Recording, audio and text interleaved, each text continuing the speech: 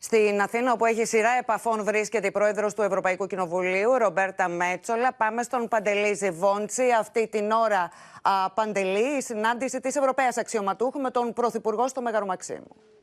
Ματινά, καλησπέρα. Ο Πρωθυπουργός Κυριάκος Μητσοτάκης και η πρόεδρος του Ευρωπαϊκού Κοινοβουλίου, η Ρομπέρτα Μέτσολα, βρέθηκαν το πρωί στο Αρσάκειο Μέγαρο για τα εγκαίνια του κέντρου Europa Experience.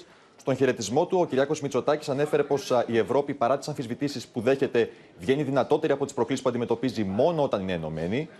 Η Ρομπέρτα Μέτσολα, στον δικό της χαιρετισμό, στάθηκε στην οικονομική πρόοδο που έχει σημειώσει η Ελλάδα μετά την κρίση, λέγοντας χαρακτηριστικά πως η Ελλάδα μετά την περίοδο των μνημονίων και μετά την περίοδο της κρίσης έχει κάνει μια αξιοσημείωτη άνοδο οικονομική.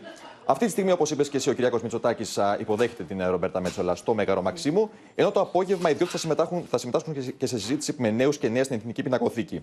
Νωρίτερα, η πρόεδρος του Ευρωπαϊκού Κοινοβουλίου συναντήθηκε με τον πρόεδρο της Ελληνικής Δημοκρατίας, συζητώντας για θέματα της Ευρώπης, για το ουκρανικό ζήτημα και για τις ευρύτερες προκλήσεις που αντιμετωπίζει αυτή τη στιγμή η Ευρώπη. Παντελή Ζιβόντσι, να σε ευχαριστήσουμε πολύ. Να παρακολουθήσουμε τις δηλώσεις που έκαναν νωρίτερα η κυρία Μέτσολα και ο Κυριάκος Μητσοτάκης. We are confronted, and we'll have a chance to discuss this later, with many challenges. But what we do know, and especially in Greece we know it very well, that we cannot meet these challenges alone. We are much stronger when we are united, and the answer can only be more Europe.